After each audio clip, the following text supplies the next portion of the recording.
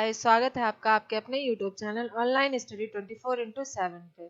दोस्तों, आज का हमारा टॉपिक है अभिवृद्धि एवं विकास के नियम या सिद्धांत। ठीक है, इससे पिछली वीडियो में हमने बाल विकास के बारे में पढ़ा था। ठीक है, तो आज हम क्या पढ़ेंगे? विकास के नियम या सिद्धांत पढ़ेंगे। ठीक है, तो आपका ज्यादा समय ना लेते हो, चलिए शुरू करते हैं। पहले हम देख लेते हैं सिद्धांत क्या कैसे बनता है। ठीक है, तो सिद्धांत कैसे बनता है? अब कोई भी कोई कार्य, हम मान लीजिए कोई सवाल है या कोई कार्य है, एक ही कार्य को बार बार करें और प्रत्येक बार क्या होता है, रिजल्ट जो है, रिजल्ट क्या है, सेम आए। क्या होगा? रिजल्ट अगर सेम आता है, मतलब जो भी कार्य किया जाए बार बार किया जाए। मान लीजिए कोई हम टेस्ट कर रहे हैं, ठीक, किसी बच्चे पे या किसी पे भी कोई टेस्ट कर रहे हैं और उस टेस्ट का किस बहुत सारे बच्चे हैं, बहुत सारों पे एक ही टेस्ट अप्लाई करें और रिजल्ट बार बार सेम आए, तो क्या हो जाता है? एक नियम बन जाता है। क्या बन जाता है? नियम बन जाता है। उस नियम को हम क्या कहते हैं? सिद्धांत कहते हैं। क्लियर? तो आज का जो हमारा टॉपिक है वो है अभिवृद्धि एवं विकास के नियम। तो सबसे पहला हमारा है सतत विकास या निरंतरता का सिद्धांत। तो सतत विकास या निरंतरता का सिद्धांत से ही समझ में आ रहा है, सतत मतलब कंटिन्यूअस, जो एक वे में चलता है। कंटिन्यूअस यानी लगातार जो चलता है वो सतत विकास कहलाता है। ठीक है, तो अगर हम इसको देखें तो क्या कह सकते हैं कि मानव के विकास का क्रम जो होता है, किसका? मानव के विकास का क्रम गर्भावस्था से लेकर प्रौढ़ावस्था तक सतत रूप से चलता है। कब से? गर्भावस्था से लेकर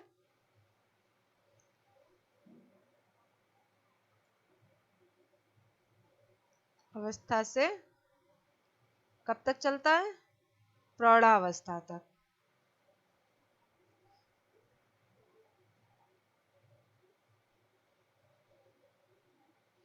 इसमें गर्भावस्था से लेकर प्रौढ़ावस्था तक जो है, जो विकास है वो सतत रूप से चलता है। लेकिन क्या हो सकता है कि इस जो ये विकास है, इसकी जो गति है, गति कैसी हो सकती है? कभी तीव्र हो सकती है, जैसे मान लीजिए कभी तीव्र है और कभी मंद हो गई, फिर कभी तीव्र है तो कभी मंद हो गई, इस टाइप से हो सकता है। लेकिन कैसा है? कंटिन्यूअस वे में चलेगा। ऐसा नहीं है कि मान लीजिए पहले बच्चे बड़ा छोटा है, एकदम से बड़ा हो गया, बाद में विकास उसका रुक गया, ऐसा नहीं हो सकता। कैसा चलेगा?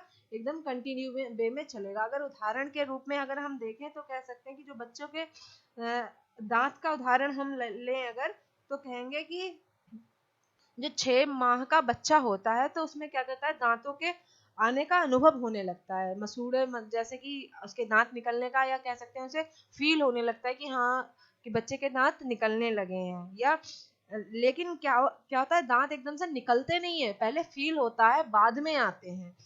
ठीक है, आई होप आपको समझ में आ गया होगा कि गर्भावस्था से लेकर प्रौढ़ावस्था तक जो विकास है कैसे चलता है? सतत रूप से चलता है। दूसरा है हमारा व्यक्तिगत भिन्नता का सिद्धांत। नेक्स्ट कौन सा है हमारा? व्यक्तिगत भिन्नता का सिद्धांत। व्यक्तिगत भिन्नता के सिद्धांत को अगर हम देखें तो कह सकते हैं जो विकास, बच्चों के जो विकास होता है उसके क्रम, विकास का जो क्या होता है, क्रम होता है, वो कैसा होता है? उसमें कैसे क्या पाया? भिन्नता का जो व्यक्तिगत भिन्नताएं का जो है प्रभाव दिखाई पड़ता है। इनके प्रभाव के कारण कैसा होता है, इसकी जो गति होती है उसमें अंतर आ जाता है। क्या आ जाता है? व्यक्तिगत विकास भिन्नता में उसकी गति में अंतर आ जाता है। जैसे कि कह सकते हैं कि विकास की गति तीव्र मंद होती है। ठीक है, कैसी? विकास की जो गति होती है तीव्र और मंद होती है। यह आवश्यक नहीं है कि सभी बालक एक निश्चित, कि जैसे कि एक बच्चा है, मान लीजिए ये कोई बच्चा है, ठीक है, इस बच्चे में क्या है कि विकास की गति कैसी होगी? कभी तीव्र हो जाएगी, कभी तेज होगी तो और कभी धीरे होगी। लेकिन कह सकते हैं कि जो सभी बच्चों की जो विकास की अवधि होती है वो निश्चित होती है। निश्चित अवधि पर ही विशिष्ट जो अवस्था होती है उसमें परिपक्वता प्राप्त कर ले। मतलब इसमें कह सकते हैं जो बच्चा होता है वो एक निश्चित अवधि पर क्या क्या है, परिपक्वता जो परिपक्व होता है बच्चा, मान लीजिए कहेंगे कि 6 साल में बच्चा परिपक्व हो जाएगा, या कहेंगे 12 साल में बच्चा परिपक्व हो जाएगा, तो ये आवश्यक नहीं है कि सारे बच्चे इस एज में आके परिपक्व हो जाएं। तो व्यक्तिगत भिन्नता जो है वो वृद्धि एवं विकास के सिद्धांत में पाई जाती है। ठीक है, नेक्स्ट है हमारा परस्पर संबंध का सिद्धांत। परस्पर संबंध का सिद्धांत से मतलब समझ सकते हैं कि जो बच्चों के गुण होते हैं, कैसे इन बच्चे के जो गुण होते हैं, क्या होते हैं, गुण, वो परस्पर संबंधित होते हैं। कैसे संबंधित होते हैं, जैसे कि एक गुण का अगर विकास हो रहा है, एक गुण का विकास हो रहा है तो दूसरे गुण का जो दूसरा गुण होगा उसका विकास भी उसी के अनुपात में होगा। यानी कहने का अर्थ है कि इस गुण का विकास जिस गति से हो रहा है उसी गति से दूसरे अनुपात का भी विकास होगा। ठीक है, उदाहरण के लिए अगर हम देखें तो कह सकते हैं तीव्र बुद्धि वाला जो बच्चा है उसका मानसिक विकास भी तीव्र होगा। ठीक है, साथ ही उसका शारीरिक विकास भी तीव्र होगा। ठीक, अगर इसके विपरीत अगर हम देखें तो मंद बुद्धि वाले बालकों का अगर शारीरिक विकास या मानसिक विकास मंद गति से हो रहा है तो सामाजिक विकास भी मंद गति से होगा। ठीक है, परस्पर संबंध का सिद्धांत आपको समझ में आया। नेक्स्ट है हमारा भिन्नता का सिद्धांत।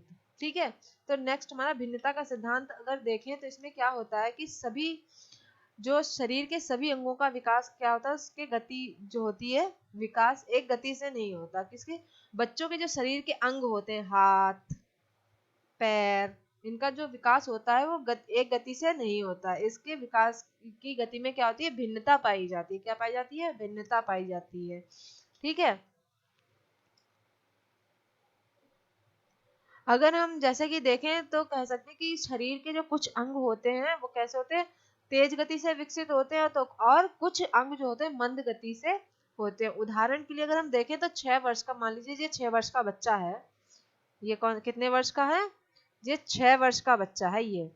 ठीक है, तो क्या हुआ, इसकी जो मस्तिष्क का जो विकास है वो लगभग पूर्ण हो जाता है। 6 वर्ष की आयु में मस्तिष्क का विकास कैसा होता है, पूर्ण आकार का, पूर्ण जो आकार होता है वो प्राप्त कर लेता है। जबकि हाथ पैर नाक मुंह, ठीक है, ये क्या होते हैं, इसका इनका विकास कब तक होता है, इनका विकास, हाँ, हाथ हो गए, पैर हो गए, मुंह हो गया, नाक हो गई, इनका विकास कब तक होता है, किशोरावस्था तक होता है,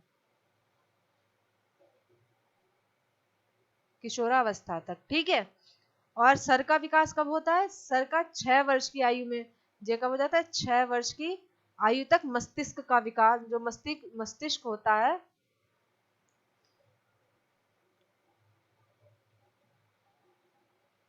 ये क्या होता है, पूर्ण आकार प्राप्त कर लेता है। 6 वर्ष की आयु में जो मस्तिष्क है ये पूर्ण आकार प्राप्त कर लेता है, लेकिन हाथ पैर जो होते हैं वो किशोरावस्था तक इनका विकास होता रहता है।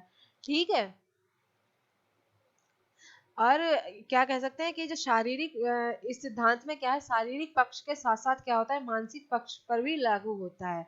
मतलब कहने का अर्थ है कि जो विकास का क्रम शारीरिक पक्ष पर लागू होता है वही किस पे, मानसिक पक्ष पे भी लागू होता है।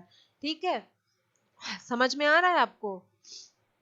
नेक्स्ट है हमारा विकास की दशा का सिद्धांत। हमारा कौन सा होगा, सतत विकास का भी सिद्धांत हो गया, पढ़ लिया हमने, व्यक्तिगत सिद्धांत भी पढ़ लिया, परस्पर संबंध का सिद्धांत, भिन्नता का सिद्धांत, और नेक्स्ट है हमारा विकास की दशा का सिद्धांत। विकास की दशा का सिद्धांत कहने का अर्थ है कि इसको कह सकते हैं कि जो क्या होता है, केंद्र से परिधि की ओर चलता है। कैसे, केंद्र से परिधि की ओर इसका जो विकास का क्रम होता है उससे चलता है। ठीक है, इसमें क्या होता है कि सबसे पहले किसका इसमें होता है, सर, ये इसका जो विकास होता है कैसे, ये बच्चा है मानिए, हमें देखिए सब बच्चे को ही पढ़ाना है, बच्चे ही पढ़ेंगे तो हमें क्या है, बच्चे को लेकर ही चलना पड़ेगा। मान लीजिए ये बच्चा है तो ये कैसे विकास चलेगा, सर से पैर की तरफ चलेगा। पहले क्या होगा, सर का निर्माण होगा और लास्ट में कैसा होगा, पैर का निर्माण होगा। ऐसा नहीं है कि मान लीजिए इंडिया का बच्चा है, इंडिया का, और ये अमेरिका का,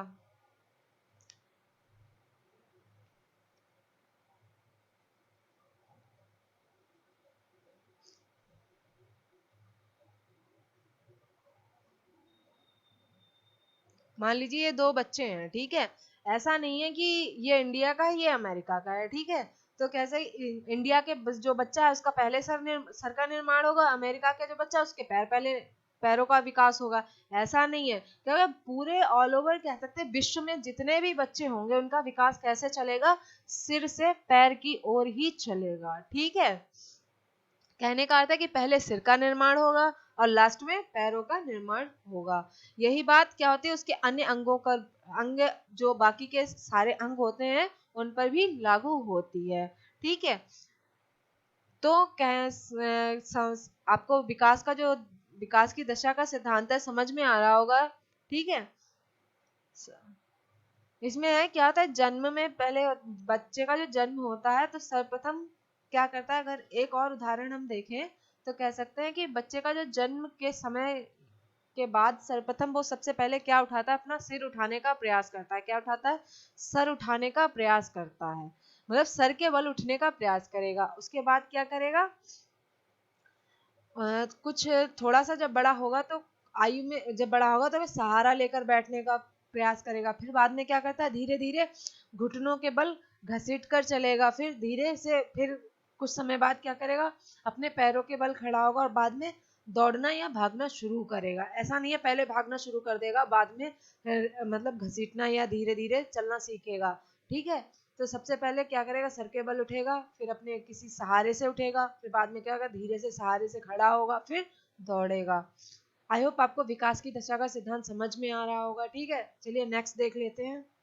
नेक्स्ट है हमारा परिमार्जिता का सिद्धांत। परिमार्जिता का सिद्धांत क्या होता है कि किसी चीज में परिमार्जन करना। मान लीजिए अगर एक लड़का है या लड़की है, कोई भी है, आजकल का ट्रेंड चल रहा है कि बच्चे अगर लड़का मोटा है या लड़की मोटी है तो वो अपने आप को फिट रखने की कोशिश करते हैं। ठीक है, फिट रखने के लिए बहुत सारी एक्सरसाइज करते हैं, योगा करते हैं, और आजकल सबसे बड़ा ट्रेंड है जिम जाने का। जिम बहुत जाते हैं बच्चे। ठीक है, तो क्या करते हैं, अपनी बॉडी को सुडौल तरीके से बनाने के लिए वो क्या करते हैं, उसका अपनी बॉडी में परिमार्जन करते हैं। किससे करते हैं, अपनी अभिवृद्धि एवं विकास में। अभिवृद्धि एवं विकास में क्या करते हैं, परिमार्जन करते हैं। तो इसको क्या करेंगे हम, परिमार्जिता का सिद्धांत कहेंगे। ठीक है, नेक्स्ट है हमारा सामान्य से विशिष्ट क्रियाओं का सिद्धांत। सामान्य से विशिष्ट क्रियाओं का सिद्धांत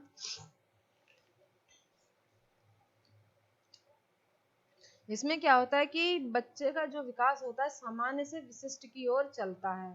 ठीक है, कैसे चलता है, सामान्य से विशिष्ट की ओर चलता है।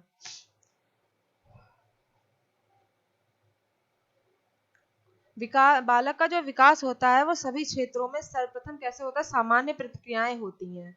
विकास का जो क्रम होगा उसमें पहले कैसे बच्चा करेगा, सामान्य प्रतिक्रियाएं करेगा और बाद में विशिष्ट क्रियाएं करेगा, या कह सकते हैं कि जो विशिष्ट क्रियाएं का रूप धारण कर लेती है। उदाहरण के लिए देखें तो बच्चा जो प्रारंभ में क्या करेगा, अपने हाथों से किसी वस्तु को पकड़ने के लिए किसका प्रयोग करेगा, सामान्य अंगों का प्रयोग करेगा।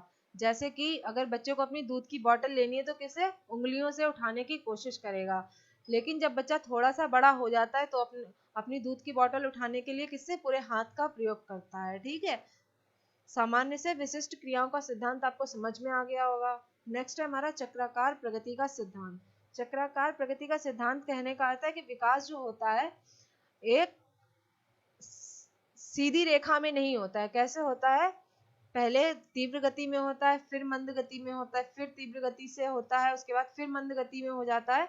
इस तरीके से जो विकास का क्रम है वो चलता रहता है। तो इसको हम क्या कहेंगे, रेखीय प्रगति का सिद्धांत ना कहकर किसको,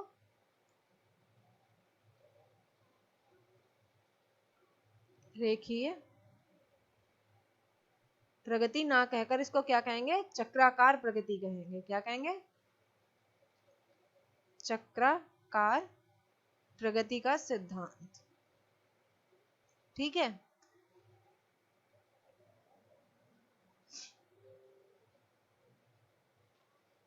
नेक्स्ट है हमारा समान प्रतिमान का सिद्धांत। समान प्रतिमान का सिद्धांत इसमें क्या होता है, सभी प्राणी या फिर सभी जाति के जो जीव होते हैं उनका जो विकास का जो क्रम होता है वो एक समान पाया जाता है। कैसा पाया जाता है? एक समान विकास जो होता है उसकी या विकास की गति जो होती है वह एक समान पाई जाती है। एक मनोवैज्ञानिक हैं गैसले ने इस सिद्धांत का समर्थन करते हुए कहा था कि यद्यपि दो व्यक्ति समान नहीं होते हैं किंतु सामान्य बालकों के जो विकास का क्रम होता है वो कैसा होता है? समान पाया जाता है। विश्व के सभी भागों में बालकों का जो गर्भावस्था या जन्म के बाद विकास का जो क्रम होगा सिर से पैर की ओर होगा। इस सिद्धांत की पुष्टि हरलॉक महोदय जो थे उनने करी थी। किसने करी थी? हरलॉक महोदय ने समान प्रतिमान सिद्धांत की पुष्टि करी थी। ठीक है, आपको आज हमने क्या पढ़ा? आवृत्ति एवं विकास के सिद्धांत पढ़े। आपको समझ में आ गया होगा। ठीक है, चलिए मिलते हैं आपसे नेक्स्ट वीडियो में। अगर आपको हमारी वीडियो पसंद आती है तो लाइक करें, कमेंट करें, शेयर करें। अगर हमारे चैनल पे आप नए हैं तो हमारे चैनल को सब्सक्राइब कर लें। Thank you so much.